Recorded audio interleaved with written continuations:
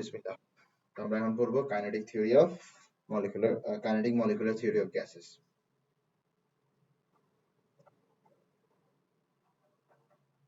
Kinetic molecular theory of gases. আসুন, kinetic molecular theory of gases. এখানে কি বলা হচ্ছে? প্রথম পয়েন্ট বলা হচ্ছে গ্যাস মলিকিউলস দিয়ে তৈরি। গ্যাস কি দিয়ে তৈরি? মলিকিউলস দিয়ে তৈরি। যেমন ধরো, এটা ধরো একটা মানুষ, এটা ধরো একটা মানুষ, এন্ড দেন এটা কি, ও নিঃশ্বাস ত্যাগ করছে। হ্যাঁ, এটা হচ্ছে কার্বন ডাইঅক্সাইড। এই পুরাটাকে তুমি কি বলতেছো? Carbon dioxide. কিন্তু এটা এখানে কি শুধু একটা কার্বন না দুইটা অক্সিজেন আছে? না, এখানে অনেকগুলো কি আছে এরকম কার্বন ডাইঅক্সাইড মলিকিউল আছে। এখানে অনেকগুলো কি আছে এরকম কার্বন ডাইঅক্সাইড মলিকিউল আছে। Billions of carbon dioxide molecules এখানে আছে। Billions, if not trillions, billions of carbon dioxide molecules এখানে আছে। তো এই গ্যাসটা পুরোপুরি কি দিয়ে তৈরি? মলিকিউল গুলো দিয়ে তৈরি। গ্যাস কি দিয়ে তৈরি হয়? গ্যাস তৈরি হয় মলিকিউল দিয়ে। ওকে, দ্বিতীয় পয়েন্টে আসো। দ্বিতীয় পয়েন্টে বলা হচ্ছে তোমার গ্যাসের যে মলিকিউল আছে, ওই মলিকিউলের যে ভলিউম আছে ওটা নেগলিজিবল, মানে মলিকুলার ভলিউমটাকে আমরা জিরো ধরতে পারি। মলিকুলার ভলিউম কি ধরতে পারি? জিরো। গ্যাসের মলিকুলার ভলিউমটা হচ্ছে জিরো। ভলিউম মানে কি? ভলিউম মানে হচ্ছে জায়গা। তো মলিকুলার ভলিউম মানে একটা মলিকুল যে জায়গাটা দখল করে, একটা মলিকুল যে জায়গাটা দখল করে ওটা একদমই নেগলিজিবল, তাই বলে বলা হচ্ছে জিরো। ওকে, থার্ড পয়েন্ট এটা হচ্ছে molecular attraction of gas. Intermolecular attraction নাই। ইন্টারমলিকুলার অ্যাট্রাকশন নাই। ইন্টারমলিকুলার অ্যাট্রাকশন নাই, অথবা বলতে পারো ইন্টারমলিকুলার অ্যাট্রাকশন নেগলিজিবল বা নাই বলতে পারো। এখন একটা কথা বলি, আমাদের গ্যাস দুই প্রকার হয়, একটা হচ্ছে আইডিয়াল গ্যাস, একটা হচ্ছে রিয়েল গ্যাস। তো আমরা kinetic molecular theory of gas যা পড়তেছি এটা হচ্ছে আইডিয়াল গ্যাসের জন্য applicable, not for real gas. Not for real gas. তাহলে ইন্টারমলিকুলার অ্যাট্রাকশন হচ্ছে জিরো, মানে মলিকুলগুলোকে অ্যাট্রাক্ট করবে না। এরপরে হচ্ছে ইলাস্টিক কলিশন অ্যামংস্ট মলিকিউল।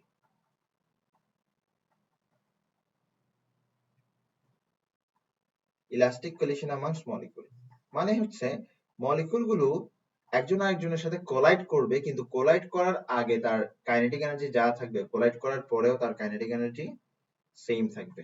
তো কাইনেটিক এনার্জি চেঞ্জ কি হবে? কাইনেটিক এনার্জি চেঞ্জ হবে জিরো। ডেল মানে কি? চেঞ্জ বোঝায়। ডেল ইকে, ইকে মানে কাইনেটিক এনার্জি বোঝায়। তো ডেল ইকে মানে কি? Change of kinetic energy. Del E K মানে কি? Change of kinetic energy. Change of kinetic energy, change of kinetic energy. বোঝা গেছে? একদম ইজি না? ওকে, তো এরপরে বলা হচ্ছে প্রেসার। প্রেসার হচ্ছে কোন একটা গ্যাস মলিকুল, আমি ধরো একটা কন্টেইনার নিলাম, এটা একটা কন্টেইনার। এবার এই কন্টেইনারের মধ্যে ধরো গ্যাস মলিকুল আছে। এই গ্যাস মলিকুল গুলো কন্টেইনার ওয়ালের মধ্যে যে আঘাত করতেছে, কোলাইড করতেছে, এটাই হচ্ছে গ্যাসের প্রেসার। মলিকুল গুলো যে কন্টেইনারের দেয়ালে আঘাত করতেছে এটাই হচ্ছে গ্যাসের প্রেসার। এখন প্রেসার মানে কি? প্রেসার মানে হচ্ছে force per unit area. Force per unit area, ঠিক আছে? এখন এই মলিকুল গুলো এই কন্টেইনারের সারফেসে আঘাত করতেছে, ফোর্স অ্যাপ্লাই করতেছে। তাহলে এই কন্টেইনারের ভেতরে যে সারফেস আছে তার একটা এরিয়া আছে না? এই কন্টেইনারের ভেতরে সারফেসের উপর যে পরিমাণ ফোর্স অ্যাপ্লাই করতেছে সেই ফোর্সকে যদি আমরা সেই এরিয়া দিয়ে ডিভাইড করি তাহলে আমরা কিন্তু গ্যাসের প্রেসারটা পেয়ে যাব। সহজ ভাষা হচ্ছে গ্যাসের প্রেসারটা দিন শেষে বোঝায় collision between gas molecule and container. collision between molecule and container. দেখো আমি বিটুইন কে বেট এর উপর একটা এন দিয়ে লিখি, ঠিক আছে? এই শর্টকাট তুমি পরীক্ষার হলে আবার ট্রাই করবা না। ওকে, ভেরি গুড। তো এতটুকু গেল। এরপর আমরা পড়বো হচ্ছে kinetic equation of ideal gas. Kinetic equation of ideal gas. Kinetic equation of ideal gas.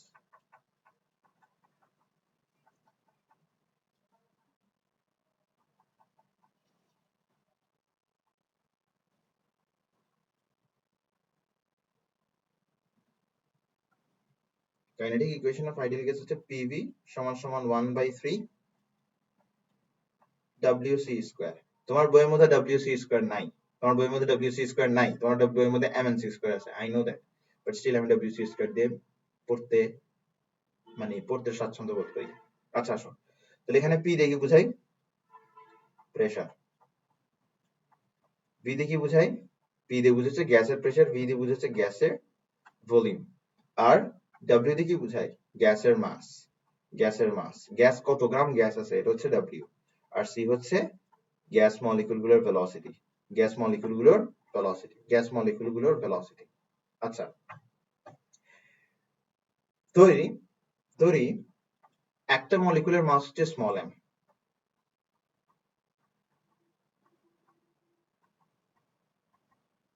ধরি একটা মলিকিউলের মাস হচ্ছে স্মল m। তো তোমাকে যে স্যাম্পলটা দেওয়া হবে বা যে স্যাম্পলের জন্য তুমি kinetic equation of ideal gas লিখতেছো, সেই স্যাম্পলে ধরো n নাম্বার অফ মলিকিউল আছে। তাহলে molecule mass of n number of molecule হবে nm। তোমাকে একটা কন্টেইনার দেওয়া হবে, কন্টেইনারের মধ্যে গ্যাস দেওয়া হবে, প্রত্যেকটা মলিকিউলের মাস হবে m, আর এখানে n নাম্বার অফ মলিকিউল থাকবে। তাহলে তুমি n দিয়ে যদি m কে গুণ করো, তাহলে তুমি মোট কি পরিমাণ গ্যাস আছে, কত গ্রাম গ্যাস আছে এটা পেয়ে যাচ্ছ। তার মানে এটা সমান সমান W। W হচ্ছে কত গ্রাম গ্যাস আছে। তাহলে W সমান সমান কি? m ইন্টু n, যেখানে m বোঝায় হচ্ছে মাস অফ ওয়ান মলিকিউল, আর ক্যাপিটাল N বোঝায় হচ্ছে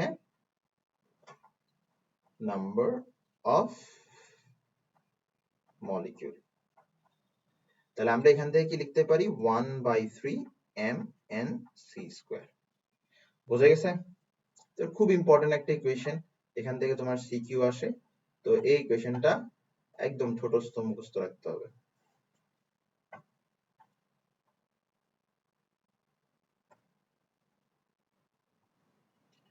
যে ক্লাস করাবো ওই ক্লাসের রেকর্ডিংটাও দেখবা, বুঝছো? রেকর্ডিং যখন দেখবো তখন দেখবা যে পড়াগুলো আরো ভালো বুঝতেছো।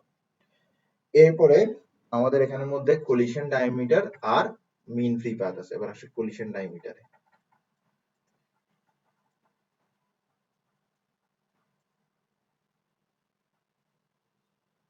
ধরো দুইটা মলিকিউল কোলাইড করতেছে, এটা একটা মলিকিউল এন্ড এটা একটা মলিকিউল, দুইটা মলিকিউল কোলাইড করতেছে।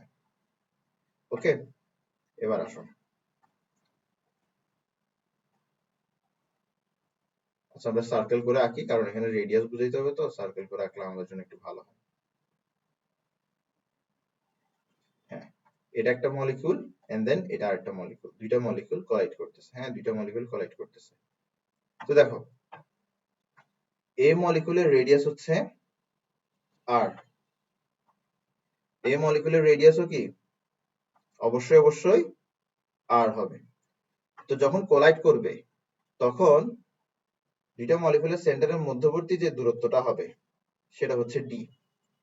তুমি একটা জিনিস খেয়াল করো, তোমার এই যে দূরত্বটা আছে এটাই কিন্তু দোনোটা মলিকিউলের ডায়ামিটারের সমান। দোনোটা মলিকিউলের ডায়ামিটারের সমান। ডায়ামিটার মানে কি? রেডিয়াসের 2 গুণ। আমরা ডায়ামিটার মানে কি? ডায়ামিটার বলতে আমরা কি বুঝি? ডায়ামিটার বলতে বুঝি রেডিয়াসের দ্বিগুণ। কোন একটা সার্কেলের রেডিয়াসের দ্বিগুণ হচ্ছে কি? ডায়ামিটার, সহজ ভাষায় যদি বলি। আর দুইটা মলিকিউল যদি কোলাইড করে তাহলে তাদের সেন্টারের মধ্যবর্তী দূরত্ব সে ডায়ামিটারের সমান হয়। তো এই কারণে এটাকে বলা হয় কোলিশন ডায়ামিটার। এটাকে কি বলা হয়? এটাকে বলা হয় কোলিশন ডায়ামিটার। এটাকে বলা হয় কোলিশন ডায়ামিটার। খুব সুন্দর একটা জিনিস কোলিশন ডায়ামিটার। ওকে, এবার তো কোলিশন ডায়ামিটার তুমি বই থেকে ডেফিনিশনটা লিখে নিও। তো বইতে ডেফিনিশনটা তুমি লিখে নিও, এটা কিন্তু খুব ইজি। এটা হচ্ছে এভাবে লিখছে যে minimum distance between nucleus of two molecule. Minimum distance between nucleus of two molecule মানে হচ্ছে দুইটা মলিকিউলের যে নিউক্লিয়াস আছে, নিউক্লিয়াসের মধ্যবর্তী যে সর্বনিম্ন দূরত্ব, সেটাই হচ্ছে collision diameter. Minimum distance between nucleus of two colliding molecule. খুব ইজি। আসো, এটা গেল কলিশন ডায়ামিটার। এরপর হচ্ছে আমরা পড়বো mean free path. Mean free path, mean free path. প্রথমে আমরা পড়বো ফ্রি পাথ। ফ্রি পাথ কি জিনিস? দুইটা সাকসেসিভ কলিশনের মাঝখানে একটা গ্যাস মলিকিউল যে পরিমাণ দূরত্ব অতিক্রম করে, দুইটা সাকসেসিভ কলিশনের মাঝখানে একটা গ্যাস মলিকিউল যে পরিমাণ দূরত্ব অতিক্রম করে, সেটাই হচ্ছে ফ্রি পাথ। সেটাই হচ্ছে ফ্রি পাথ। তাহলে ফ্রি পাথ কত এখানে? এখানে ফ্রি পাথ হচ্ছে L1 plus L2। Free path কত? ফ্রি পাথ হচ্ছে এখানে L1 plus L2। Free path হচ্ছে এখানে L1 প্লাস L2। এবার এই ফ্রি পাথের যদি আমরা মিন বের করি তাহলে আমরা মিন ফ্রি পাথ পাবো। এই ফ্রি পাথের যদি আমরা মিন বের করি তাহলে আমরা মিন ফ্রি পাথ পাবো। এই ফ্রি পাথের যদি আমরা মিন বের করি তাহলে আমরা মিন ফ্রি পাথ পাবো। মিন ফ্রি পাথ পাবো, ঠিক আছে? ওকে, তাহলে মিন ফ্রি পাথ কি হবে? মিন ফ্রি পাথ হবে হচ্ছে এই ফ্রি পাথের মিন। তো L1 প্লাস L2 এটার মিন কি হবে? Sum of quantities divided by number of quantities. এটাই তো মিন। মিন মানে কি? অ্যাভারেজ না? তো অ্যাভারেজ কিভাবে বের করে? Sum of quantities divided by number of quantities. তো তুমি কয়টা কোয়ান্টিটির উপরে যোগ করতেছো? দুইটা। তাহলে নিচে কি ডিভাইড করবে? Number of quantities. তাহলে sum of quantities divide by number of quantities. এখানে নাম্বার অফ কোয়ান্টিটিজ কত? 2। কেন নাম্বার অফ কোয়ান্টিটিজ 2? কারণ উপরে তুমি দুইটা কোয়ান্টিটি যোগ করতেছো। তাহলে মিন ফ্রি পাথ তুমি বুঝতেছো। মিন ফ্রি পাথ খুব ইজি জিনিস। ওকে, কলিশন ডায়ামিটারের ক্ষেত্রে আমরা একটা জিনিস ডি দিয়ে প্রকাশ করছি, জাস্ট বিকজ এটাকে ডায়ামিটার বলা হচ্ছে। বাট তুমি দেখবে বইয়ের মধ্যে এটাকে সিগমা দিয়ে রিপ্রেজেন্ট করা হয়েছে। কলিশন ডায়ামিটারকে সিগমা দিয়ে রিপ্রেজেন্ট করা হয়েছে।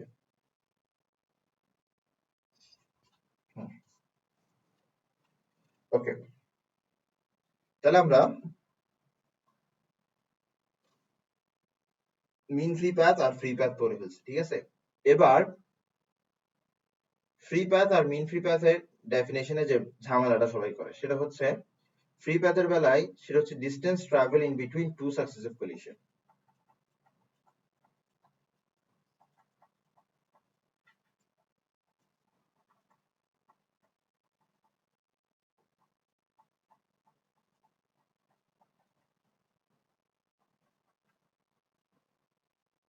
ঠিক আছে? এটা হচ্ছে ফ্রি পাথ। দুইটা সাকসেসিভ কলিশনের কথা থাকলে ফ্রি পাথ, কিন্তু মিন ফ্রি পাথের দুইটা সাকসেসিভ কলিশনের কথা নাই। দুইটা সাকসেসিভ কলিশনের কথা নাই। মিন ফ্রি পাথের মধ্যে কি বলা হবে? মিন ফ্রি পাথের মধ্যে বলা হবে অ্যাভারেজ ডিস্টেন্স। অ্যাভারেজ ডিস্টেন্স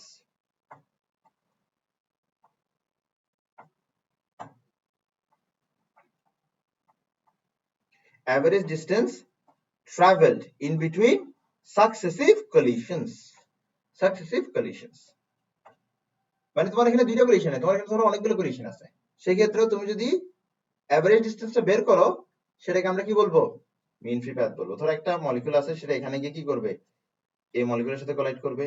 এখানে গিয়ে সে ধরো আরেকটা মলিকিউলের সাথে কোলাইড করবে। এরপর সে এদিকে গিয়ে ধরো আরেকটা মলিকিউলের সাথে কোলাইড করবে।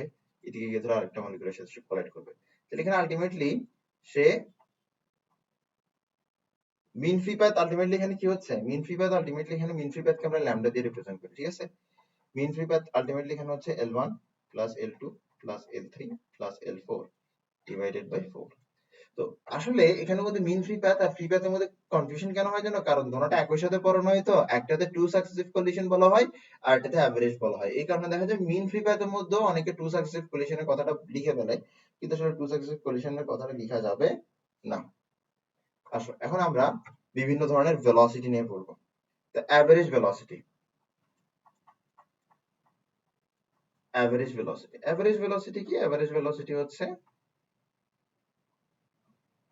একটা স্যাম্পলের মলিকিউলগুলোর অ্যাভারেজ ভেলোসিটি হচ্ছে average velocity.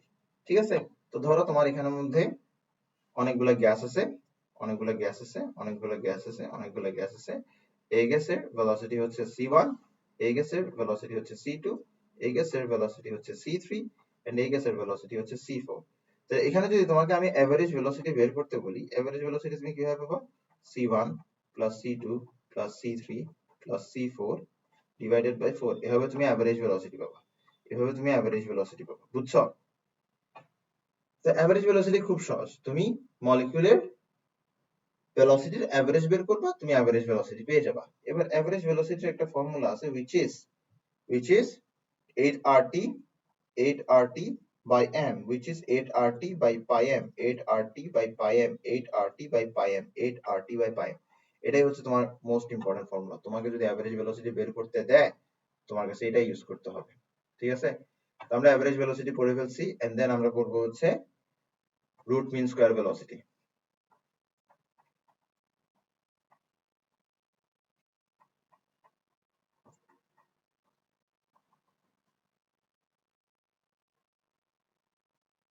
Root mean square velocity, তো রুট মিন স্কয়ার ভেলোসিটি কে প্রকাশ করা হয় সিআরএমএস দিয়ে। ঠিক আছে? তাহলে কি হয়, এখানে কি হবে দেখো। ধরো আমরা এখানের মধ্যে যেরকম মলিকিউল ধরে নিয়েছিলাম অনেকগুলো, এই ক্ষেত্রে আমরা অনেকগুলো মলিকিউল ধরে নিব। ধরবো যে আমাদের কাছে n নাম্বার অফ মলিকিউল আছে। কত নাম্বার অফ মলিকিউল আছে? n নাম্বার অফ মলিকিউল আছে। ঠিক আছে? লাস্ট মলিকিউলটা হচ্ছে n নাম্বার অফ মলিকিউল, তার ভেলোসিটি হবে cm, তার ভেলোসিটি হবে cm। এখানে যেভাবে সবার ভেলোসিটির ডিরেকশন একই দিচ্ছি, আসলে সবার ভেলোসিটির ডিরেকশন ভিন্ন হইতে পারে, সমস্যা নাই। তো সিআরএমএস কি হবে? সিআরএমএস এ তুমি প্রথমে প্রত্যেকটা ভেলোসিটি স্কয়ার করবা, সিআরএমএস এ তুমি প্রথমে প্রত্যেকটা ভেলোসিটির স্কয়ার করবা, সিআরএমএস এ তুমি প্রথমে প্রত্যেকটা ভেলোসিটির স্কয়ার করবা, সিআরএমএস এ তুমি প্রথমে প্রত্যেকটা ভেলোসিটির স্কয়ার করবা। এরপরে স্কয়ার্ড যে ভেলোসিটি গুলো পাইছো, এই স্কয়ার্ড ভেলোসিটি গুলোর এভারেজ বের করবা। এই স্কয়ার্ড ভেলোসিটি গুলোর এভারেজ কিভাবে বের করতে পারো? সবগুলো স্কয়ার্ড ভেলোসিটিকে অ্যাড করে, সবগুলো স্কয়ার্ড ভেলোসিটিকে অ্যাড করে নাম্বার অফ মলিকিউল দিয়ে ডিভাইড করে দিবা। তাহলে তুমি এখানে দিন শেষে কি পাইছো? দিন শেষে তুমি পাইছো যে স্কয়ার্ড ভেলোসিটির এভারেজ পাইছো। এবার যদি তুমি কি করে দাও, স্কয়ার রুট করে দাও, তাহলে তুমি পেয়ে যাবে square root of average of square root of average of squared velocities, square root of average of square velocity. কি পাইছো তুমি? Square root of average, average মানে কি mean, square root of mean of squared velocities অথবা square of velocities. ভেলোসিটিটা কিসের? Of molecules. এটাকে কি বলা হয়? সিআরএমএস বলা হয়। কি বলা হয়? সিআরএমএস বলা হয়। ঠিক আছে?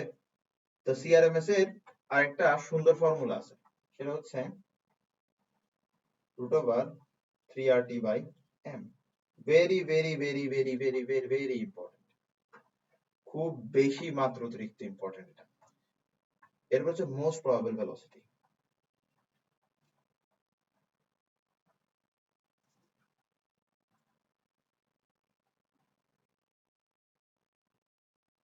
Most probable velocity, most probable velocity হচ্ছে velocity possessed by maximum number of molecules। এর ডেফিনিশন লাগে না, তাও লিখাই ফেলতেছি আর কি। velocity possessed by maximum number of molecule, maximum number of molecule যে ভেলোসিটিটাতে চলতেছে সেটাই হচ্ছে most probable velocity.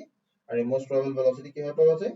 Most probable ভেলোসিটিকে a দিয়ে ডিনোট করা হয়, এটা পাওয়া যায় হবে যে 2RT by m, 2RT by m, 2RT by m, 2RT by m, হ্যাঁ 2RT by m। আচ্ছা, এখানে কিন্তু খুব সুন্দর একটা সিকোয়েন্স আছে, আমি তোমাকে বিষয়টা বুঝাই। যেমন ধরো রুট মিন স্কয়ার, তুমি ভেলোসিটি শব্দটা বাদ দিয়ে দাও সবখান থেকে, ভেলোসিটি শব্দটা সবখান থেকে বাদ দিয়ে দাও। ধরো রুট মিন স্কয়ার, এখানে কয়টা ওয়ার্ড? তিনটা ওয়ার্ড, তাই বলে ফর্মুলায় 3 ইউজ করা হয়েছে। মোস্ট প্রবাবল কয়টা ওয়ার্ড? দুইটা ওয়ার্ড, তাই বলে ফর্মুলায় 2 ব্যবহার করা হয়েছে। এন্ড দেন এভারেজ ভেলোসিটি, ঠিক আছে? Average velocity. তো এখানে একটা ওয়ার্ড, এখানে কি একটা ওয়ার্ড। তুমি যদি 8কে 3 দিয়ে 8কে তুমি যদি পাই দিয়ে ডিভাইড করো 3.1416, এটা কিন্তু 1 পয়েন্ট সামথিং আসে। সরি না, 2 পয়েন্ট সামথিং আসে, সরি সরি সরি, এটা 2 পয়েন্ট সামথিং আসে। বাট স্টিল যেটাই হোক, তোমার কাছে জাস্ট এতটুকু মাথায় রাখতে হবে, এভারেজ ভেলোসিটি হলে 8/π, এভারেজ ভেলোসিটি হলে 8/π। আর কোন ক্ষেত্রে 3 হবে কোন ক্ষেত্রে 2 হবে এটা তুমি জানো। তো কোন ক্ষেত্রে 3 হবে কোন ক্ষেত্রে 2 হবে এটা যদি তুমি জানো, 8/π-টা তুমি প্রেডিক্ট করে ফেলতে পারবা। ঠিক আছে, ওকে। এন্ড আসো, সামনের দিকে আসো। এবার আমরা এখানে আমাদের টার্ম গুলো একটু বোঝার চেষ্টা করি, এখানে কোন কোন টার্ম আমরা ইউজ করছি। দেখো RT/m, RT/m, RT/m, এগুলো এটা ইউজ করতেছি। আর কি জিনিস, আর হচ্ছে ইউনিভার্সাল গ্যাস কনস্ট্যান্ট। এই ক্ষেত্রে, এইসব ক্ষেত্রে কোন ভ্যালুটা ইউজ করতে হবে, 8.314 জুল পার মোল পার কেলভিন, এটা ছাড়া অন্য কোনো ভ্যালু ইউজ করা যাবে না। ঠিক আছে, টেম্পারেচার হচ্ছে কেলভিন ইউনিটে ইউজ করতে হবে, অন্য কোনো ইউনিটে ইউজ করা যাবে না। এটা হচ্ছে molecular mass. Molecular mass must be কেজিতে ব্যবহার করতে হবে, মাস্ট বি কেজিতে ব্যবহার করতে হবে। এরপরে তোমার এখানের মধ্যে যেসব ভেলোসিটি আছে, একটা হচ্ছে অ্যাভারেজ ভেলোসিটি, একটা হচ্ছে মোস্ট প্রবাবল ভেলোসিটি, একটা হচ্ছে রুট মিন স্কয়ার ভেলোসিটি, আর একটা হচ্ছে অ্যাভারেজ ভেলোসিটি। এগুলোর ইউনিট হবে মিটার পার সেকেন্ড, এগুলোর ইউনিট হবে metre per second. Very good, okay. এরপরে আমরা সিআরএমএস ভার্সেস অ্যাভারেজ করব, যেটার মধ্যে why CRMS is better। তো দেখো, আমি দুইটা কেস নিই, একটা হচ্ছে অ্যাভারেজ ভেলোসিটির কেস, এদিকে একটা মলিকিউল এদিকে একটা মলিকিউল। এই মলিকিউলের ভেলোসিটি হচ্ছে c1 আর এই মলিকিউলের ভেলোসিটি হচ্ছে c2। তো আমাদের যেহেতু দুইটা মলিকিউল একদম টোটালি অপোজিট ডিরেকশনে যাচ্ছে, আমাদের কাছে যে কোনো একটা ডিরেকশনকে পজিটিভ ধরে নিতে হবে, যে কোনো একটা ডিরেকশনকে নেগেটিভ ধরে নিতে হবে for betterment of the calculation. তাহলে এটাকে পজিটিভ ধরে নিলাম, এটাকে নেগেটিভ ধরে নিলাম। ঠিক আছে, এবার যদি আমাকে এভারেজ ভেলোসিটি বের করতে দেয়, তাহলে আমি এভারেজ ভেলোসিটি কিভাবে বের করব, c1 - c2 ডিভাইডেড বাই 2, এভাবে এভারেজ ভেলোসিটি বের করব। তো ধরো c1 এর ভ্যালু কত, 10 মিটার পার সেকেন্ড। c2 এর ভ্যালু কত, ধরো তোমার মাইনাস c2 এর ভ্যালু কত, মাইনাস c2 এর ভ্যালু ধরো হচ্ছে তোমার ধরো c2 এর ভ্যালু কত, c2 এর ভ্যালু হচ্ছে তোমার, ধরো c2 এর ভ্যালু হচ্ছে 20 মিটার পার সেকেন্ড। তাহলে এটার ভেলোসিটি হচ্ছে 20 মিটার পার সেকেন্ড, এটার ভেলোসিটি হচ্ছে 10 মিটার পার সেকেন্ড। তাহলে এভারেজ ভেলোসিটি কত আসবে, 10 minus 20 divided by 2 minus 5 metre per second. তাহলে এটা আসলে এভারেজ ভেলোসিটি, 5 আসছে এভারেজ ভেলোসিটি। ভেলোসিটিকে আমরা পজিটিভ কোয়ান্টিটি ধরে 5 ধরলাম, হ্যাঁ, 5 আসতেছে এভারেজ ভেলোসিটি। আচ্ছা তুমি নিজেকে নিজে জিজ্ঞেস করো, একজনের ভেলোসিটি 20 আরেকজনের ভেলোসিটি 10, এভারেজ 5 হয়? 5 হয় না তো, এভারেজ কত হবে, 15 হবে। এভারেজ কত হবে, 15 হবে, কিন্তু এভারেজ হয়ে গেছে 5। তাহলে এই অ্যাপ্রোচে যদি আমরা ভেলোসিটি বের করি, আমরা এভারেজটা পাবো না। কিন্তু যদি আমরা সিআরএমএস অ্যাপ্রোচটা অ্যাপ্লাই করি, তুমি আমাকে বলতে পারো স্যার এটা তো 5 আপনার দোষে হয়েছে, আপনি না কাবিলতি করে প্লাস মাইনাস ধরতে গেছেন। এটা আমি কাবিলতি করে ধরি নাই, এভারেজ ভেলোসিটি হিসাবই করতে এরকম করে, এটা হিসাব করার নিয়মই হচ্ছে এটা।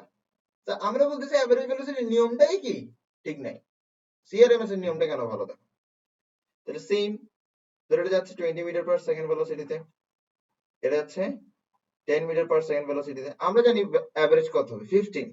ঠিক আছে, তাহলে সিআরএমএস কিভাবে বের করবো আমরা, এটা হচ্ছে ধরো তোমার c2, এটা হচ্ছে c1।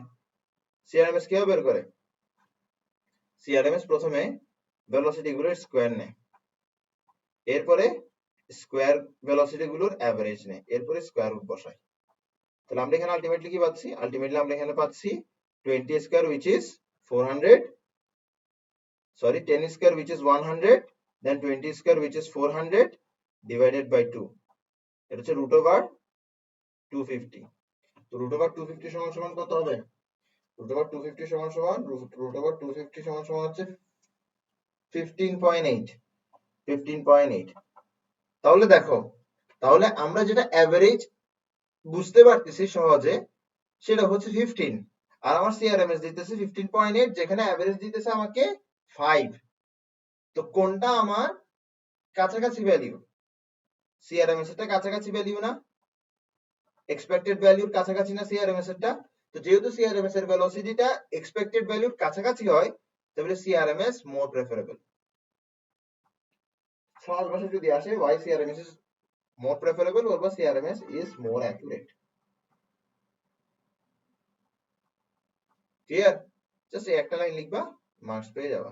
এরকম কেস চাইলে ধরে নিতে পারো পরীক্ষার খাতে, সমস্যা নাই, কিছু হবে না।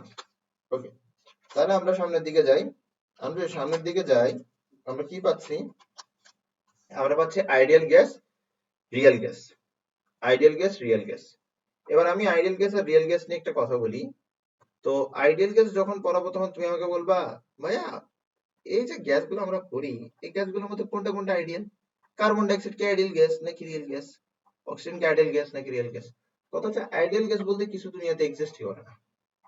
আইডিয়াল গ্যাস হচ্ছে একটা হাইপোথেটিক্যাল চিন্তা ভাবনা, যেটা তুমি বলতে পারো সেটা হচ্ছে আইডিয়াল বিহেভিয়ার, রিয়েল বিহেভিয়ার।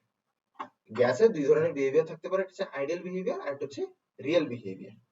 এটা হচ্ছে আইডিয়াল বিহেভিয়ার, একটা হচ্ছে রিয়েল বিহেভিয়ার। এবার যে গ্যাসটা আইডিয়াল বিহেভিয়ার গুলো পজেস করবে তাকে আমরা আইডিয়াল গ্যাস বলতে পারি, আর যে গ্যাসটা রিয়েল বিহেভিয়ার গুলো পজেস করবে তাকে আমরা রিয়েল গ্যাস বলতে পারি। তুমি প্রশ্ন করতে পারো যে ভাই আপনি কিছুক্ষণ আগে বলছেন আইডিয়াল গ্যাস কোনো গ্যাস নাই, কোনো গ্যাসই আইডিয়াল না, আপনি আবার বলতেছেন যদি কোনো একটা গ্যাস আইডিয়াল বিহেভিয়ার পজেস করে তাহলে তাকে আইডিয়াল গ্যাস বলবো। তো দেখো, যতগুলো গ্যাস আছে সবগুলো গ্যাসে কিন্তু আইডিয়াল বিহেভিয়ার পজেস করতে পারে under special condition, under special condition. তো ওই কন্ডিশনে আমরা ওই গ্যাসগুলোকে বলবো ideal gas. Until that condition is provided, no gas can be ideal. বোঝা গেছে? আশা করি বুঝছো।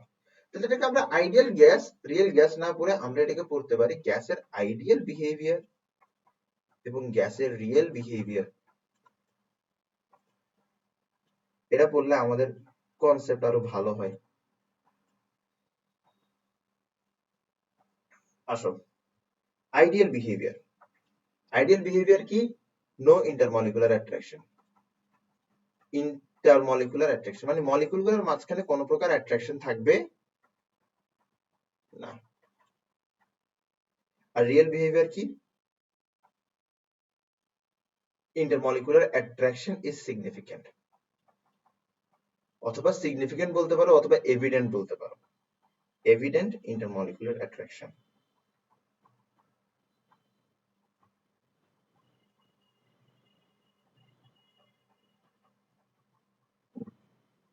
এরপরে আইডিয়াল বিহেভিয়ার তুমি বলতে পারো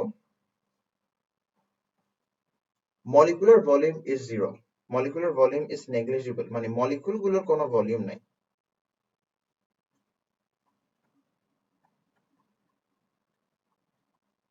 মলিকুলার ভলিউম ইজ নেগলিজিবল। আর রিয়েল বিহেভিয়ারে কি? মলিকুলার ভলিউম ইজ এভিডেন্ট বা মলিকুলার ভলিউম ইজ সিগনিফিক্যান্ট।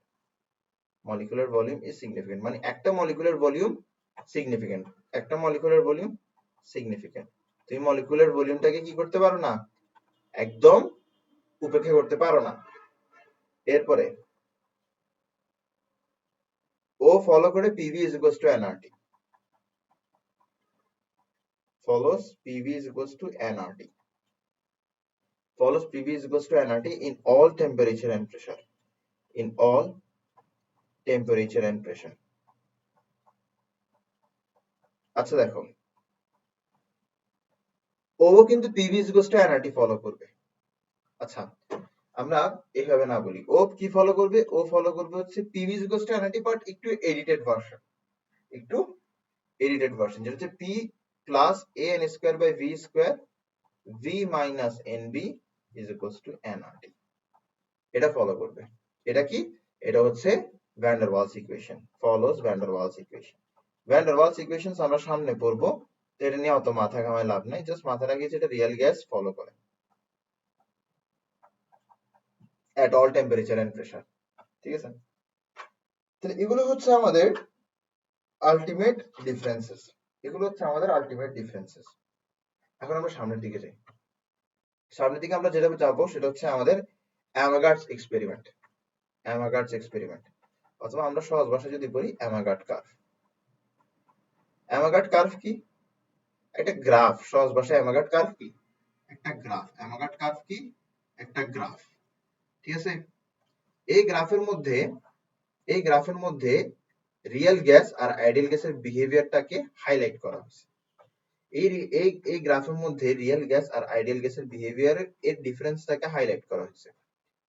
তো আমরা একটু ভালো করে খেয়াল করি, এই যে গ্রাফ আছে, যে কোনো গ্রাফে আমরা ওয়াই অ্যাক্সিস বরাবর কোনো না কোনো একটা কোয়ান্টিটি এজিউম করে নিই, এন্ড দেন আমরা এক্স অ্যাক্সিস বরাবর কোনো না কোনো একটা কোয়ান্টিটি আমরা এজিউম করে নিই, ওয়াই অ্যাক্সিস বরাবর কোনো না কোনো একটা কোয়ান্টিটি এজিউম করে নিই, এক্স অ্যাক্সিস বরাবর কোনো না কোনো একটা কোয়ান্টিটি এজিউম করে নিই। তো এখানে ওয়াই অ্যাক্সিস বরাবর আমরা যে কোয়ান্টিটিটা নিচ্ছি সেটা হচ্ছে PV, product of pressure and volume, আর এক্স অ্যাক্সিস বরাবর যে কোয়ান্টিটিটা আমরা এজিউম করতেছি সেটা হচ্ছে প্রেসার। আমরা ফার্স্ট ক্লাসে যখন বোয়েলস ল পড়তেছিলাম তখন আমরা পড়ছিলাম যে PV is equals to constant, মানে P1 V1 is equals to P2 V2। সহজ ভাষায় আমরা পড়ছিলাম যদি আমি প্রেসারটা চেঞ্জ করি তাহলে ভলিউম এমন ভাবে চেঞ্জ হবে যেন প্রেসার আর ভলিউমের প্রোডাক্টটা সেম থাকে। তো এটা একটা উদাহরণ আমি দিছিলাম যে ধরো প্রেসার হচ্ছে 1, ভলিউম হচ্ছে ধরো 100, পিভি হচ্ছে 100, প্রেসার আমি বাড়াই করলাম 2, ভলিউম হবে 50, পিভি হয়ে যাবে আবার 100। আমি প্রেসার বাড়িয়ে করলাম 4, ভি হয়ে যাবে 25, পিভি আবার হয়ে যাবে 100। আমি প্রেসার বাড়িয়ে করলাম 5, ভি হয়ে যাবে 20, আর পিভি আবারও থাকবে 100। তার মানে আমি প্রেসার চেঞ্জ করলে ভলিউম এমন ভাবে চেঞ্জ হয় যেন প্রেসার আর ভলিউমের প্রোডাক্টটা সেম থাকে। আচ্ছা, এই যে বোয়েলস ল আছে, এই বোয়েলস ল কে ফলো করে? এই বোয়েলস ল ফলো করে আইডিয়াল গ্যাস। এই বোয়েলস ল কে ফলো করে? Ideal gas.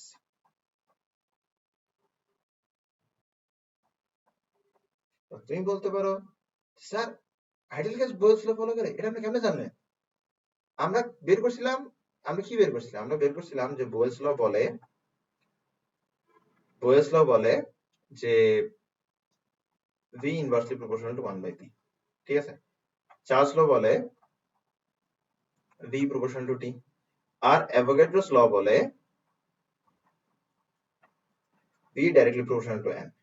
তাহলে এখানে একই কোয়ান্টিটি, ভালো করে খেয়াল করো, এখানে একই কোয়ান্টিটি তিনটা ভিন্ন কোয়ান্টিটির সাথে প্রপোর্শনাল। তো একই কোয়ান্টিটি যখন তিনটা ভিন্ন কোয়ান্টিটির সাথে প্রপোর্শনাল হয় তখন আমরা সেই একই কোয়ান্টিটিকে তিনটা ভিন্ন কোয়ান্টিটির প্রোডাক্টের সাথে প্রপোর্শনাল দিতে পারি। তারপর এখানের মধ্যে একটা কনস্ট্যান্ট আসবে, এরপর আমরা কি লিখতে পারবো? PV is equals to nRT। তাহলে PV is equals to nRT এটা কোথা থেকে আসছে? এই তিনটা গ্যাস ল থেকে আসছে। তাহলে PV is equals to nRT ideal gas follow করে, তার মানে এই ল গুলো কে ফলো করে? আইডিয়াল গ্যাস ফলো করে, ঠিক আছে? তো আইডিয়াল গ্যাসের জন্য তুমি যদি প্রেসার বাড়াও তাহলে পিভি এর ভ্যালু কনস্ট্যান্ট থাকবে। তুমি এই জিনিসটা একটু বোঝার চেষ্টা করো, তুমি এই দিক দিয়ে যাচ্ছ মানে কি? তুমি প্রেসার বাড়াচ্ছ, পিভির ভ্যালু সেম পাচ্ছ, প্রেসার বাড়াচ্ছ, পিভির ভ্যালু সেম পাচ্ছ। এটা কার জন্য? এটা আইডিয়াল গ্যাসের জন্য। তার মানে হোয়াইট কার্ভটা বা হোয়াইট স্ট্রেট লাইনটা আইডিয়াল বিহেভিয়ার রিপ্রেজেন্ট করে। হোয়াইট স্ট্রেট লাইনটা আইডিয়াল বিহেভিয়ার রিপ্রেজেন্ট করে। হোয়াইট স্ট্রেট লাইনটা আইডিয়াল বিহেভিয়ার রিপ্রেজেন্ট করে। হোয়াইট স্ট্রেট লাইনটা আইডিয়াল বিহেভিয়ার রিপ্রেজেন্ট করে।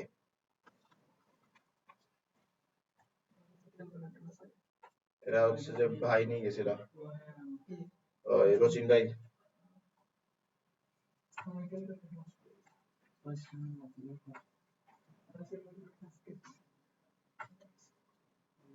তো দেখো এটা হচ্ছে আইডিয়াল বিহেভিয়ার, ঠিক আছে? এখন দেখো, এখন আমাদের যে রিয়েল বিহেভিয়ার আছে, রিয়েল বিহেভিয়ার দুই ধরনের হয়, একটা হচ্ছে এরকম আর একটা হচ্ছে কিছুটা এরকম, ঠিক আছে? তো এই রিয়েল বিহেভিয়ার দেখাবে হাইড্রোজেন হিলিয়ামের মতন গ্যাসগুলা, আর এই রিয়েল বিহেভিয়ার দেখাবে নাইট্রোজেন অক্সিজেন কার্বন ডাইঅক্সাইডের মতন গ্যাসগুলা। Nitrogen oxygen carbon dioxide, nitrogen oxygen carbon dioxide, nitrogen oxygen carbon dioxide. হ্যাঁ, আচ্ছা আসো আমরা একটু বোঝার চেষ্টা করি কেন হাইড্রোজেন হিলিয়াম এই বিহেভিয়ারটা শো করে আর কেন নাইট্রোজেন অক্সিজেন কার্বন ডাইঅক্সাইড ওই বিহেভিয়ারটা শো করে। আমরা একটু বোঝার চেষ্টা করি। প্রথমে আমরা পড়ি কার কথা? হাইড্রোজেন আর হিলিয়ামের কথা। প্রথমে ধরো আমরা হাইড্রোজেন আর হিলিয়ামের কথা পড়তেছি। কেন হাইড্রোজেন আর হিলিয়াম এমন বিহেভিয়ার শো করতেছে?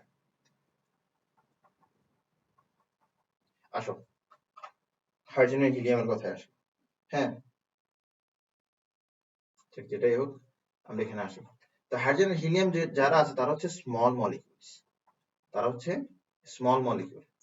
এবার স্মল মলিকিউলের যে ঝামেলা সেটা হচ্ছে যখন তুমি প্রেসার দিবা, তো ধরো তোমার এখানের মধ্যে দুইটা মলিকিউল আছে, তুমি কি করলা? প্রেসার অ্যাপ্লাই করলা। প্রেসার অ্যাপ্লাই করলে দুইটা মলিকিউল অবভিয়াসলি কাছাকাছি যাবে। দুইটা মলিকিউল অবভিয়াসলি কি যাবে? কাছাকাছি যাবে। এবার দুইটা মলিকিউল যখন কাছাকাছি আসবে, দুইটা মলিকিউল যখন কাছাকাছি আসবে, দুইটা মলিকিউল যখন কাছাকাছি আসবে, অবভিয়াসলি তাদের ভলিউম কমে গেছে। দুইটা মলিকিউল আগে এতটুকু স্পেস দখল করতে, এখন দুইটা মলিকিউল কাছাকাছি আসার কারণে তারা মিলে এতটুকু স্পেস দখল করতেছে, তার মানে তাদের ভলিউমটা কমে গেছে। বোঝার চেষ্টা করো, আমি একটা মলিকুলার ভলিউমের কথা বলছি, সেটা হচ্ছে একটা মলিকুল কি পরিমাণ স্পেস দখল করে। আর গ্যাসের ভলিউম মানে হচ্ছে পুরা গ্যাস মিলে কি পরিমাণ স্পেস দখল করে। তুমি যদি কোন একটা গ্যাস তোমার রুমে ছেড়ে দাও, তোমার রুমে পুরো রুম জুড়ে ইউনিফর্মলি ওই গ্যাসটা ছড়াই পড়বে, তখন তোমার পুরো রুমের ভলিউম হবে ওই গ্যাসের ভলিউম। কিন্তু যদি মলিকুলার ভলিউমের কথা চিন্তা করো, তাহলে ওই যে গ্যাসটা তুমি ছড়াইছো, এটা প্রত্যেকটা মলিকুল যে পরিমাণ ভলিউম অকুপাই করে, ওইটা হচ্ছে মলিকুলার ভলিউম। ওই মলিকুলার ভলিউম নেগলিজিবল, আমি ওই মলিকুলার ভলিউমের কথাও বলতেছি না। দুইটা মলিকুল আছে, তারা দূরে আছে, প্রেসার দিলাম, তারা কাছে চলে আসছে। তাদের কাছে চলে আসে, তাহলে তারা আগে এই পরিমাণ ভলিউম অকুপাই করতো, এখন এই পরিমাণ ভলিউম অকুপাই করে। তো এখন আমি প্রেসার দিলে অবশ্যই অবশ্যই ভলিউম কমতেছে, প্রেসার দিলে ভলিউম কমতেছে। তো দেখো এখানে মধ্যে আমরা প্রেসার বাড়াচ্ছিলাম, ভলিউম কমতেছিল, পিভির ভ্যালু সেম থাকতেছিল। তাহলে আমাদের তো এখানে এক্সপেকটেশন সেম থাকার কথা, যে প্রেসার বাড়াচ্ছি, ভলিউম কমতেছে, পিভি এর ভ্যালু সেম থাকার কথা। কিন্তু এখানে পিভি এর ভ্যালু সেম থাকবে না। আগে যেটা করতেছিল সেটা হচ্ছে প্রেসার আমি যে পরিমাণ কমাই, সরি প্রেসার আমি যে পরিমাণ বাড়াই, ভলিউম সেই পরিমাণ কমে। প্রেসার আমি দ্বিগুণ করলে ভলিউম অর্ধেক হয়ে যায়, প্রেসার আমি 4 গুণ করলে ভলিউম 4 ভাগের 1 ভাগ হয়ে যায়। ঠিক আছে, এরকম কাহিনী। প্রেসার যদি আমি 4 গুণ করি তাহলে ভলিউম 4 ভাগের 1 ভাগ হয়ে যায়। তো এভাবেই প্রেসার আর ভলিউমের প্রোডাক্টটা মিলতেছিল। তার মানে প্রেসার যে পরিমাণ বাড়ানো হচ্ছিল, ভলিউম সেই পরিমাণ কমতেছিল। কিন্তু এই ক্ষেত্রে প্রেসার যে পরিমাণ বাড়ানো হবে, ভলিউম সেই পরিমাণ কমবে না। প্রশ্ন হচ্ছে কেন কমবে না?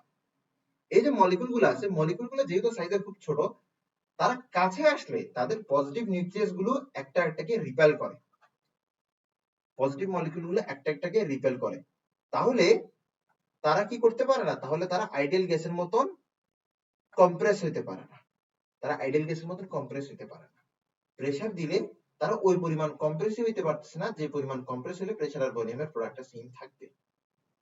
তাই বলে প্রেসার বাড়াইতেছো, ভলিউম ওই পরিমাণ কমতেছে না, জিনিসটা প্রেসার আর ভলিউমের প্রোডাক্টটা বাড়তেছে।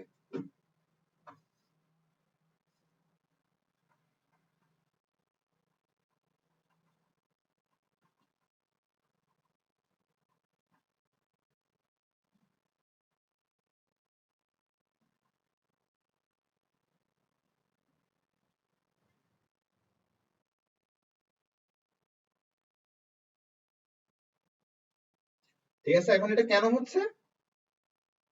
হচ্ছে ইন্টারনিউক্লিয়ার রিপালশনের কারণে হচ্ছে। বোঝা গেছে? এই অল্পটুকু কথা লিখলে তোমার এই কার্ভ রিলেটেড সব কথা শেষ। ওকে, এবার আসো সামনের দিকে যাই। এবার আমরা পড়বো কার কথা? নাইট্রোজেন, অক্সিজেন, কার্বন ডাইঅক্সাইডের কথা।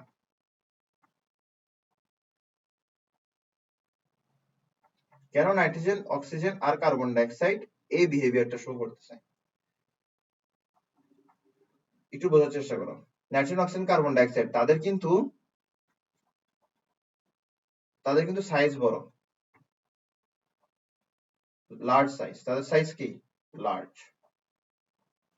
এখন এই ক্ষেত্রে যেটা হয় সেটা হচ্ছে দুইটা মলিকিউল আছে, আমি প্রেসার দিলাম, দুইটা মলিকিউল আছে, আমি প্রেসার দিলাম, প্রেসার দিলে দুইটা মলিকিউল কি হবে? খুব বেশি কাছে চলে আসবে, মানে যতটুকু কাছে আসার কথা ছিল তার চেয়ে বেশি কাছে চলে আসবে। মানে আমি প্রেসার 2 গুণ বাড়ালে ভলিউম অর্ধেক হওয়ার কথা ছিল, এবার আমি প্রেসার 2 গুণ বাড়াচ্ছি, ভলিউম দেখা যাচ্ছে 4 ভাগের 1 ভাগ হয়ে যাচ্ছে। মানে আমি প্রেসার যত বাড়াই, ভলিউম তার তুলনায় অনেক কমে এদের ক্ষেত্রে। তো তাই বলে অল্প প্রেসার অ্যাপ্লাই করার কারণে ভলিউম দেখা যাচ্ছে অনেক কমে যাচ্ছে। অল্প প্রেসার অ্যাপ্লাই করলে ভলিউম অনেক কমে যায়, অল্প প্রেসার অ্যাপ্লিকেশনে ভলিউম অনেক কমে যায়। তো অল্প প্রেসার অ্যাপ্লিকেশনে যখন ভলিউম অনেক কমে যাচ্ছে তখন আমাদের কার্ভটা নিচের দিকে চলে যাচ্ছে, পিভি ভ্যালুটা নিচের দিকে চলে যাচ্ছে। তাহলে এটাকে আমরা কি বলতে পারি? তো হাইলি কম্প্রেসিবল এট লো প্রেসার, হাইলি কম্প্রেসিবল এট লো প্রেসার, হাইলি কম্প্রেসিবল এট লো প্রেসার, এটা হচ্ছে ওদের গল্প। তাহলে কম প্রেসারে তারা কিন্তু অনেক কম্প্রেসড হয়ে গেছে, তাই বলে তাদের পিভি ভ্যালুটা এতটুকু নেমে গেছে। তুমি কম প্রেসার দিছো অতটুকুতেই তাদের ভলিউম এত কমে গেছে যে পিভি এর ভ্যালুটা একটা মিনিমামে চলে আসছে। ওকে, এখন কথা হচ্ছে পিভি এর ভ্যালু পরে আবার বাড়ে কেমনে? পিভি এর ভ্যালু পরে আবার বাড়ে কেমনে এটা বুঝতে হবে। তুমি যদি চিন্তা করো, ফর এক্সাম্পল তোমাদের ওখানে পানির বোতলটা পাওয়া যায় কিনা জানি না, বাংলাদেশে একটা পানির বোতল পাওয়া যায় মাম। হ্যাঁ, এই বোতলটার যে মানে প্লাস্টিকটা হয়, প্লাস্টিকটা খুব সফট হয়। তো হয় কি, এটাকে যখন আমরা চাপ দিই তখন এটা খুব সহজে কম্প্রেসড হয়ে যায়। But once it is compressed, you cannot compress it any further. বুঝছো? Once it is compressed you cannot compress it any further, কারণ সে অনেক কম্প্রেসড হয়ে গেছে। তো এই গ্যাসগুলোরও কাহিনী একই, যে তুমি তাকে অল্প প্রেসারে কম্প্রেস করতে পারবা, ভালো কথা, কিন্তু you cannot compress it any further. অল্প প্রেসারে যতদূর কম্প্রেস হয়েছে ততদূর কম্প্রেস হয়েছে, এরপরে তুমি চাইলে কম্প্রেস করতে পারো, কিন্তু এটা অনেক কম পরিমাণ কম্প্রেসড হবে, মানে ভলিউম অনেক কম পরিমাণ কমবে। তখন তুমি প্রেসার অনেক দিবা কিন্তু ভলিউম কমবে কম, আলটিমেটলি প্রেসার আর ভলিউমের প্রোডাক্টটা হয়ে যাবে বেশি। ঠিক আছে? তাহলে তুমি লিখতে পারো ওয়ান্স পিভি রিচেস minimum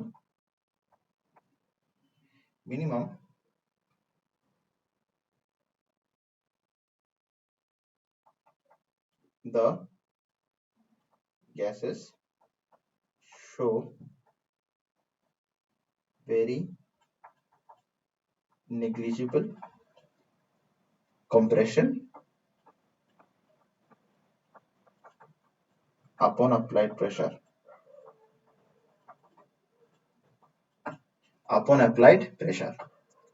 তাই বলে কি হয়, পিভি ভ্যালু বাড়তে থাকে, পিভি ভ্যালু বাড়তে থাকে।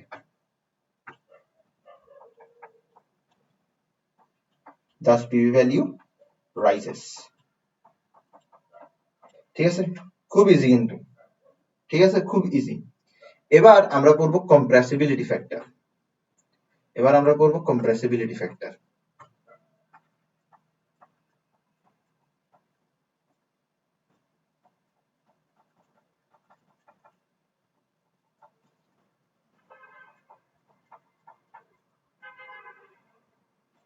কম্প্রেসিবিলিটি ফ্যাক্টর কি? Z সমান সমান PV ডিভাইডেড বাই nRT, এটা হচ্ছে কম্প্রেসিবিলিটি ফ্যাক্টর, এটা হচ্ছে কম্প্রেসিবিলিটি ফ্যাক্টর। আচ্ছা, PV সমান সমান nRT, এটা যদি আইডিয়াল গ্যাস ফলো করে তাহলে আমরা এখান থেকে কি লিখতে পারি? PV ডিভাইডেড বাই nRT সমান সমান 1 লিখতে পারি না? লিখতে পারি কি পারি না? পারি তো। যদি আইডিয়াল গ্যাস এটা ফলো করে তাহলে আইডিয়াল গ্যাস তো এটাকেও ফলো করতেছে, কারণ এটা থেকে তো এটা লিখছি, ঠিক না? তাহলে সরি, আইডিয়াল গ্যাসের জন্য পিভি ডিভাইড বাই এনআরটি এর ভ্যালু কত হবে? 1 হতে হবে। পিভি ডিভাইড বাই এনআরটি এর ভ্যালু কত হবে? 1 হবে আইডিয়াল গ্যাসের জন্য। তার মানে আইডিয়াল গ্যাসের জন্য জেড এর ভ্যালু কত হবে? 1 হবে। আইডিয়াল গ্যাসের জন্য জেড এর ভ্যালু কত হবে? 1 হবে। আইডিয়াল গ্যাসের জন্য জেড এর ভ্যালু কত হবে? 1 হবে।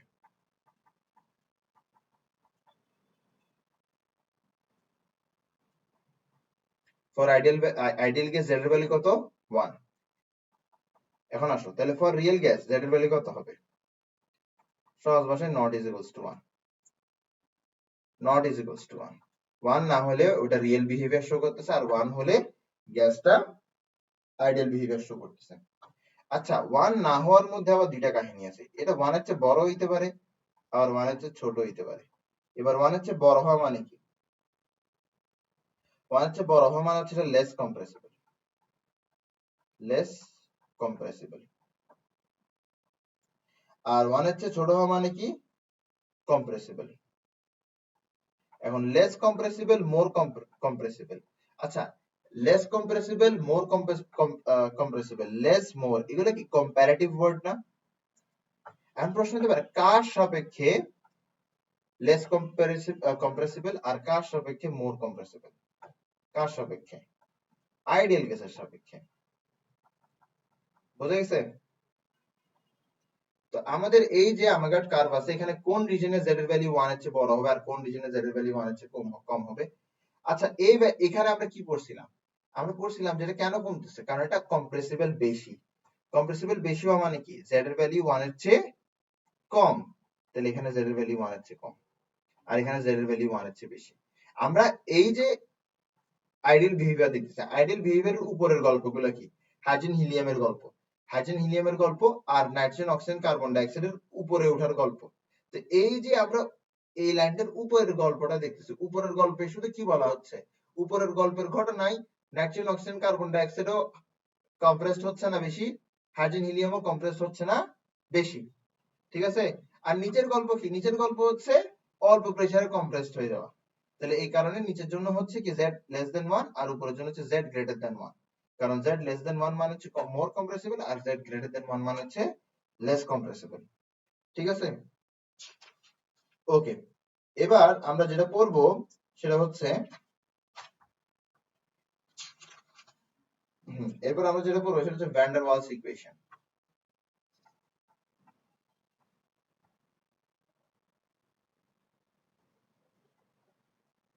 আমি যেভাবে পড়াবো ভ্যান ডার ওয়ালস ইকুয়েশন সেইভাবে পড়বা, বই টই পড়ার দরকার নাই, কোন স্যারের নোট পড়ার দরকার নাই, কোন স্যারের লেকচার পড়ার দরকার নাই, কারোর থেকে কিছু বোঝার দরকার নেই। আমি যা বুঝাই দিব ওইটাই বুঝে নিবে এখন।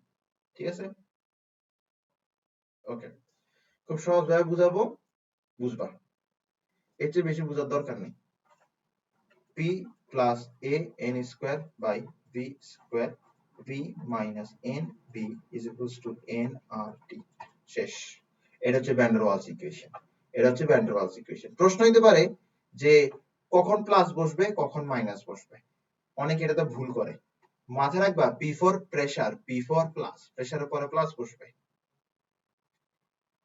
v ফর ভলিউম, হ্যাঁ v ফর ভলিউম আর v ফর বিয়োগ। দেখো বাঙালিরা যখন ফোনেটিক ল্যাঙ্গুয়েজে লিখে তো বি এর জায়গায় মাঝে মাঝে ভয় ভয় ইউজ করে, মানে ভি ইউজ করে, ঠিক আছে? তো বিয়োগ মানে কি? মাইনাস। তো মাথা রাখবা যে ভি দিয়ে তুমি বিয়োগ মাথা রাখবা, ভি দিয়ে কি মাথা রাখবা? বিয়োগ মাথা রাখবা। বিয়োগ মাথা রাখলে আরো ভালো মাথা থাকবে, আসলে স্ট্রেঞ্জ তো এই কারণে। ওকে, সেটাই হোক, পি এর পরে প্লাস, ভি এর পরে বিয়োগ বা মাইনাস। তো এভাবে তুমি ভ্যান ডার ওয়ালস ইকুয়েশন মুখস্থ করে রাখতে পারো, আর ভ্যান ডার ওয়ালস ইকুয়েশন বুঝতে হবে। এখন প্রশ্ন হতে পারে যে তোমার আইডিয়াল গ্যাসের জন্য হচ্ছে PV ইকুয়ালস টু nRT, আর রিয়েল গ্যাসের জন্য হচ্ছে তোমার P plus an square by v square into v minus nv। Okay, তাহলে এখন আমরা বুঝবো যে কেন আমরা P plus an square by v square করতেছি, কেন v মাইনাস nv করতেছি। ঠিক আছে? ওকে, আমি যেসব লাইন লিখে দিব overall to a great extent sense make করতে চাই না টপিকটা, বাট স্টিল যা বলবো তা একবারই বুঝবা, পরবার বুঝার চেষ্টা করবা না। ঠিক আছে? যা শুনছো তা লিখে চলে আসো পরীক্ষা হলে, শেষ। ওকে, তাহলে দেখো আমরা দুইটা কেস করবো, একটা হচ্ছে আইডিয়াল, একটা হচ্ছে রিয়েল।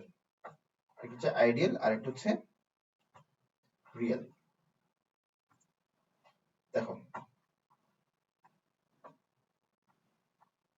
আইডিয়াল গ্যাসে কোনো প্রকার ইন্টারমলিকুলার অ্যাট্রাকশন নাই, কিন্তু রিয়েল গ্যাসে ইন্টারমলিকুলার অ্যাট্রাকশন আছে। তাই বলে এই মলিকুলটাকে পেছনে তিনটা মলিকুল অ্যাট্রাক্ট করবে, এই মলিকুলকে পিছনে তিনটা মলিকুল অ্যাট্রাক্ট করবে। তো দেখো দোনোটা কেসে একটা মলিকুল যাচ্ছে কন্টেনারের দেয়ালে আঘাত করতে, দোনোটা কেসে একটা মলিকুল যাচ্ছে কন্টেনারের দেয়ালে আঘাত করতে। এই যে কন্টেনার দেয়ালে আঘাত করতেছে, এটার কারণেই কিন্তু আমরা গ্যাসের প্রেসারটা পাচ্ছি। ঠিক আছে? গ্যাসের প্রেসারটা পাচ্ছি। What is pressure of gas? Pressure of gas is a quantity of gas, অথবা বলতে পারি is a characteristics of gas by the virtue of its collision with the container wall। ঠিক আছে? তো তোমার এখানের মধ্যে তোমার এখানের মধ্যে এই যে মলিকুল আছে, এই যে মলিকুল আছে, এই দুইটা মলিকুল কি করতেছে? কন্টেনারের দেয়ালে আঘাত করতেছে। এই কন্টেনারের দেয়ালে আঘাত করার কারণেই গ্যাসের প্রেসারটা থাকতেছে। এখন তোমার রিয়েল গ্যাসের ক্ষেত্রে, তোমার রিয়েল গ্যাসের ক্ষেত্রে পেছনের দিকে ইন্টারমলিকুলার অ্যাট্রাকশনের কারণে টানা হবে গ্যাস মলিকুলটাকে, আর আইডেলের ক্ষেত্রে পেছনের দিকে টানা হচ্ছে না। তাহলে কোন প্রেসারটা বড়? আইডেল গ্যাসের প্রেসারটা বড় নাকি রিয়েল গ্যাসের প্রেসারটা বড়? আইডেল গ্যাসের প্রেসারটা বড়, কারণ আইডেল গ্যাসের মধ্যে কোলিশনটা আরো স্ট্রং হবে। কোলিশনটা স্ট্রং হবে এই কারণে আইডেল গ্যাসের প্রেসারটা বড়। Pressure of ideal gas greater than pressure of real gas. তাহলে এটা হচ্ছে 1 নম্বর পয়েন্ট যেটা তুমি জানছো। এটা হচ্ছে 1 নম্বর পয়েন্ট, মাথায় রাখো।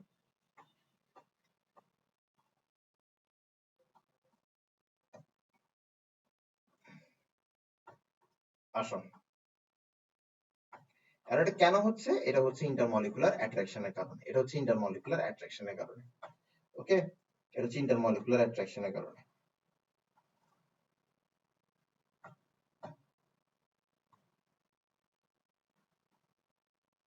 আচ্ছা, ইন্টারমলিকুলার অ্যাট্রাকশনের কারণে, এটা আসলে বুঝছো।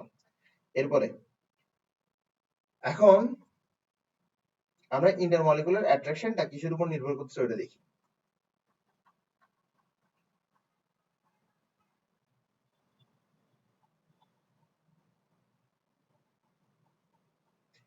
এই যে তোমার আইডিয়াল গ্যাসের প্রেসার আর রিয়েল গ্যাসের প্রেসারের মধ্যে যে পার্থক্যটা আছে, এই পার্থক্যটাকে আমরা বলেছি প্রেসার ডেফিসিট। এই পার্থক্যকে আমরা বলেছি প্রেসার ডেফিসিট। পার্থক্যটাকে বলেছি প্রেসার ডেফিসিট। এই প্রেসার ডেফিসিট কিসের উপর নির্ভর করে? তোমার এখানে যদি মলিকুল বেশি পরিমাণ থাকে, তাহলে ইন্টারমলিকুলার অ্যাট্রাকশনও বেশি হবে। তোমার যদি মাঝখানে মলিকুল বেশি পরিমাণ থাকে, তাহলে ইন্টারমলিকুলার অ্যাট্রাকশনও বেশি হবে। তো মলিকুলের যে কনসেন্ট্রেশন আছে সেটাকে আমরা n/v বলতে পারি। কনসেন্ট্রেশনও বলতে পারি, চাইলে ঘনত্ব ডেনসিটিও বলতে পারি। মলিকুলের কনসেন্ট্রেশন হচ্ছে n/v। মলিকুলের কনসেন্ট্রেশন হচ্ছে n/v। এখন মলিকুল যদি বেশি থাকে তাহলে এই ইন্টারমলিকুলার অ্যাট্রাকশনও বেশি হবে। ইন্টারমলিকুলার অ্যাট্রাকশন বেশি হলে রিয়েল গ্যাসের প্রেসারটা আইডিয়াল গ্যাসের প্রেসার থেকে বেশি ছোট হবে, আর বেশি ছোট হলে প্রেসার ডেফিসিটটাও বড় হবে। প্রেসার ডেফিসিট তো দিন শেষে আইডিয়াল গ্যাসের প্রেসার আর রিয়েল গ্যাসের প্রেসারের পার্থক্যটাই। তাহলে সম্পর্কটা কিরকম? সম্পর্কটা হচ্ছে যে কনসেন্ট্রেশনটা যত বেশি প্রেসার ডেফিসিট তত বেশি। কনসেন্ট্রেশন যত বেশি প্রেসার ডেফিসিট তত বেশি। কনসেন্ট্রেশন যত বেশি প্রেসার ডেফিসিট তত বেশি। ঠিক আছে? তো কনসেন্ট্রেশন যদি তুমি 4 গুণ বাড়াও, প্রেসার ডেফিসিট 4, কনসেন্ট্রেশন যদি তুমি 2 গুণ করো, তাহলে প্রেসার ডেফিসিট কত গুণ বাড়বে? 4 গুণ বাড়বে। তুমি যদি কনসেন্ট্রেশন 3 গুণ করো, তাহলে প্রেসার ডেফিসিট 9 গুণ বাড়বে। তুমি যদি কনসেন্ট্রেশন 4 গুণ করো, তাহলে প্রেসার ডেফিসিট 16 গুণ বাড়বে। আশা করি বুঝতেছো। তুমি কনসেন্ট্রেশন 2 গুণ করলে প্রেসার ডেফিসিট 4 গুণ বাড়ে, কনসেন্ট্রেশন 3 গুণ করলে প্রেসার ডেফিসিট 9 গুণ বাড়ে, কনসেন্ট্রেশন তুমি 4 গুণ করলে প্রেসার ডেফিসিট 16 গুণ বাড়ে। ঠিক আছে? তো আশা করি আমরা সম্পর্কটা বুঝতে পারতেছি। এবার আমরা চাইলে এখানে কি করতে পারি? এবার চাইলে আমরা এখানের মধ্যে প্রপোর্শনালিটি সাইন তুলে একটা কনস্ট্যান্ট আনতে পারতেছি। এই যে কনস্ট্যান্ট আসবে, এই কনস্ট্যান্টটাকে আমরা বলবো হচ্ছে এ। এই যে এ কনস্ট্যান্টটা আছে, এই কনস্ট্যান্টটা কি করবে? এই কনস্ট্যান্টটা ইন্টারমলিকুলার অ্যাট্রাকশনটাকে রিপ্রেজেন্ট করবে।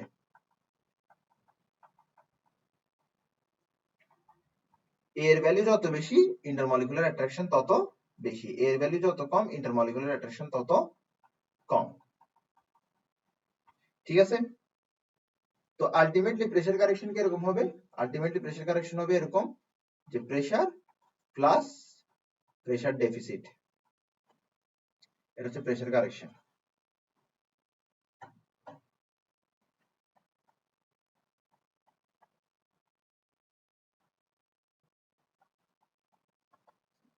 প্রেসার কারেকশন কি? Pressure plus pressure deficit.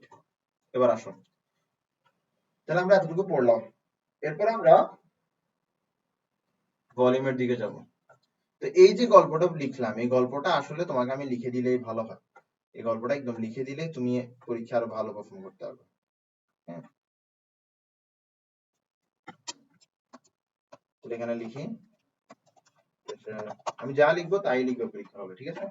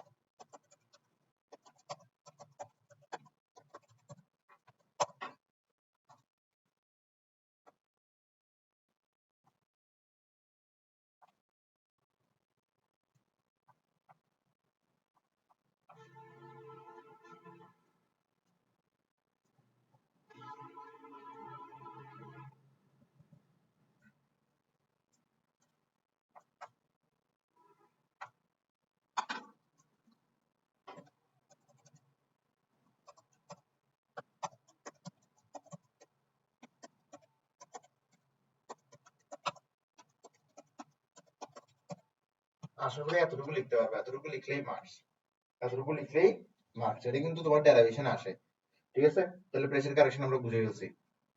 এবার ভলিউম কারেকশনের দিকে যাই, এবার ভলিউম কারেকশনের দিকে যাই, ঠিক আছে?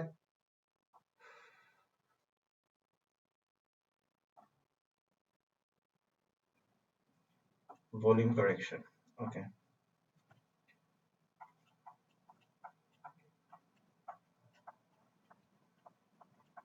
কিছুক্ষণ আগে যেটা পড়ছে এটা ছিল প্রেসার কারেকশন। তাহলে দেখো আমরা যদি একটু কন্টেনারের দিকে যাই, ধরলাম যে এটা হচ্ছে গ্যাসের কন্টেনার, এটা হচ্ছে গ্যাসের কন্টেনার, এটা হচ্ছে গ্যাসের কন্টেনার। এই গ্যাস কন্টেনারের মধ্যে কি আছে? গ্যাস কন্টেনারের মধ্যে গ্যাস মলিকিউলস আছে, গ্যাস কন্টেনারের মধ্যে গ্যাস মলিকিউলস আছে, গ্যাস কন্টেনারের মধ্যে গ্যাস মলিকিউলস আছে। ঠিক আছে? তো আইডিয়ালের জন্য মলিকিউলস গুলো হচ্ছে পয়েন্টের মতো, আইডিয়াল গ্যাসের গ্যাস মলিকিউল গুলো হচ্ছে পয়েন্টের মতো, আর রিয়েল গ্যাসের মলিকিউল গুলো পয়েন্টের মতো না। রিয়েল গ্যাসের ক্ষেত্রে আমরা মলিকিউলের একটা সিগনিফিকেন্ট ভলিউম ইমাজিন করি। ওকে, এবার আমি যদি তোমাকে বলি যে এই মুহূর্তে এই মুহূর্তে এই মুহূর্তে তোমার এটা হচ্ছে ধর একটা মলিকিউল, আমি বললাম এই মুহূর্তে ভলিউম কত? এই মুহূর্তে ভলিউম হচ্ছে এই মলিকিউল ঘোরার জন্য যে পরিমাণ অ্যাভেলেবল স্পেস আছে সেটা হচ্ছে এই মুহূর্তে আইডিয়াল গ্যাসের ভলিউম। ঠিক আছে? এখন আমি যদি বলি রিয়েল গ্যাসের ভলিউম কি, তাহলে সেটা হবে এই মুহূর্তে এই মলিকিউল ঘোরার জন্য এখানে যে পরিমাণ অ্যাভেলেবল স্পেস আছে সেটা হচ্ছে এই মুহূর্তে এই মলিকিউলের ভলিউম। তুমি একটা জিনিস খেয়াল করো, এখানে আইডিয়াল গ্যাসের ক্ষেত্রে মলিকিউলটা পুরো কন্টেনার জুড়ে ঘুরতে পারবে। কেন? কারণ বাদবাকি মলিকিউলগুলোর কোনো ভলিউমই নাই। আর এই ক্ষেত্রে দেখো, এই ক্ষেত্রে দেখো, এই ক্ষেত্রে দেখো, এই ক্ষেত্রে দেখো, এই ক্ষেত্রে দেখো মলিকিউলগুলোর ভলিউম আছে, মলিকিউলগুলোর কি আছে? ভলিউম আছে। তো তোমার এই রেড মলিকিউলটা সবখানে যেতে পারবে না। কোথায় কোথায় সে যেতে পারবে না? যেখানে যেখানে অলরেডি মলিকিউল আছে। ঠিক আছে? তাহলে space available for the red molecule is the space in this container minus the space occupied by the molecules. Molecule যে স্পেস অকুপাই করছে এই স্পেসটা পুরো কন্টেনারের স্পেস থেকে বাদ দিলে যে স্পেসটা বাকি থাকে সেই স্পেসেই মলিকিউল ঘুরতে পারবে। ঠিক আছে? তাই কন্টেনারের ভলিউম ধরো ভি, আর প্রত্যেকটা মলিকিউলের কন্টেনার প্রত্যেকটা মলিকিউলের ভলিউম ধরো এন, ধরো প্রত্যেক মোলের ভলিউম হচ্ছে N, volume of 1 mole molecule, 1 mole মলিকিউলের ভলিউম হচ্ছে ধরো এন, সরি বি, 1 মোল মলিকিউলের ভলিউম কি? বি। তাহলে volume of N mole molecule হচ্ছে এন বি। তাহলে দিন শেষে এখানের মধ্যে ভলিউম অফ রিয়েল গ্যাস কি দাঁড়ায়? ভলিউম অফ রিয়েল গ্যাস দাঁড়ায় বি মাইনাস এন বি, যেখানের মধ্যে ভি হচ্ছে ভলিউম অফ কন্টেইনার আর এন বি হচ্ছে total volume of molecule, total volume occupied by molecule.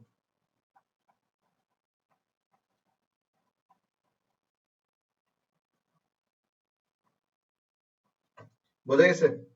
Clear? Very good. তাহলে আমরা এটার জন্য একটু লিখি volume correction.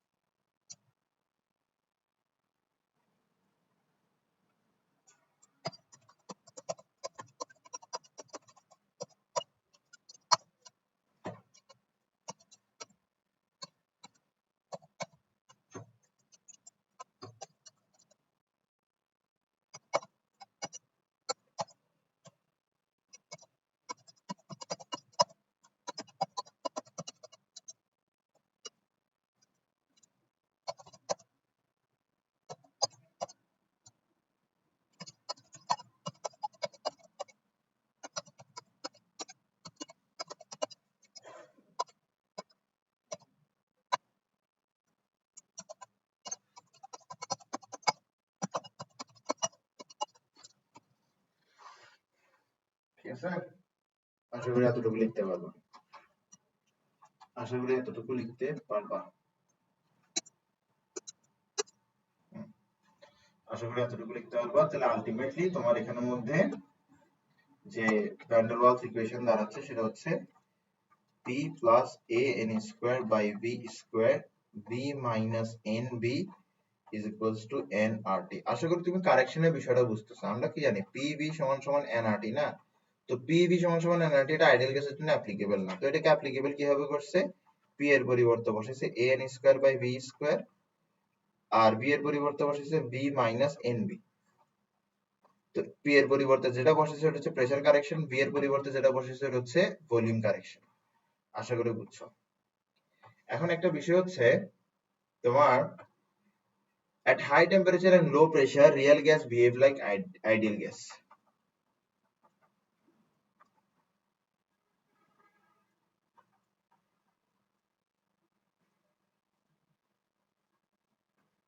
at high temperature and low pressure real gas behave ideally। এর একটু বোঝানোর চেষ্টা করি। দেখো তুমি টেম্পারেচার যদি ইনক্রিজ করো, তুমি চার্লস ল থেকে কি জানো, তুমি চার্লস ল থেকে জানো যে ভলিউম আর temperature directly proportional. Temperature increase করলে ভলিউম ইনক্রিজ হবে, এটা জানো। এরপরে তুমি বোয়েলস ল থেকে কি জানো, বোয়েলস ল থেকে তুমি জানো যে volume inversely proportional to pressure. তাহলে তুমি যদি প্রেসার ডিক্রিজ করো তাহলে ভলিউম বাড়বে। এখন তুমি যদি টেম্পারেচার প্রেসার দুটোটা, তুমি যদি টেম্পারেচার বাড়াও এবং প্রেসার কমাও, এক টেম্পারেচার বাড়াইতেছো বলে ভলিউম বাড়বে, আরেক তো প্রেসার কমাইতেছো বলে ভলিউম বাড়বে, তাহলে দুইটা কারণ দিছে ভলিউম বাড়া, তাহলে আলটিমেটলি ভলিউম কি অনেক বেশি বাড়বে। তো ভলিউম যখন অনেক বেশি বাড়বে তখন মলিকুল গুলো অনেক দূরে দূরে থাকবে। যদি মলিকুল গুলো অনেক দূরে দূরে থাকে তাহলে তাদের মাঝখানে ইন্টারমলিকুলার অ্যাট্রাকশন কাজ করবে না। যদি ইন্টারমলিকুলার অ্যাট্রাকশন কাজ না করে তাহলে তারা তো প্রায় আইডেল বিহেভ করা শুরুই করে দিল। আইডেল বিহেভিয়ার কি, ইন্টারমলিকুলার অ্যাট্রাকশন থাকবে না আর মলিকুল গুলোর ভলিউম নেগলিজিবল হবে। তো যখন তুমি কি করবা, যখন তুমি গ্যাসের ভলিউমটা বাড়াই দিবা তখন মলিকুল গুলোর মধ্যবর্তী দূরত্ব বেড়ে যাবে না, মধ্যবর্তী দূরত্ব যদি বেড়ে যায় তাহলে ইন্টারমলিকুলার অ্যাট্রাকশন কমে যাবে অথবা নেগলিজিবল হয়ে যাবে। এবং যখন মলিকুল গুলোকে তুমি অনেক দূরে দূরে পৌঁছাই দিবা, যখন তুমি গ্যাসের ভলিউমটা অনেক বেশি বাড়াই দিবা, মলিকুল গুলোকে অনেক দূরে দূরে পৌঁছাই দিবা, তখন মলিকুলের যে ভলিউমটা আছে সেটা পুরো গ্যাসের ভলিউমের সামনে নেগলিজিবল হয়ে যায়। তো ভলিউম বাড়লেই, ভলিউম যদি অনেক বেশি পরিমাণ বাড়ে গ্যাসের ইন্টারমলিকুলার অ্যাট্রাকশনও থাকতেছে না আর মলিকুলার ভলিউমও থাকতেছে না। ইন্টারমলিকুলার অ্যাট্রাকশন না থাকা আর ভলিউম না থাকা, মলিকুলার ভলিউম না থাকা কি আমরা কি বলি, আইডিয়াল বিহেভিয়ার বলি। তো এটা কখন হচ্ছে, যখন টেম্পারেচার আমরা বাড়াচ্ছি আর প্রেসার আমরা কমাচ্ছি। তো at high temperature and low pressure real gas behave ideally। বুঝতে গেছে? এটা আমরা লিখে ফেলতে পারি। আচ্ছা, লেখার দায়িত্ব তোমার দিয়ে দিলাম। তো আজকের জন্য এতটুকুই। Thank you so much.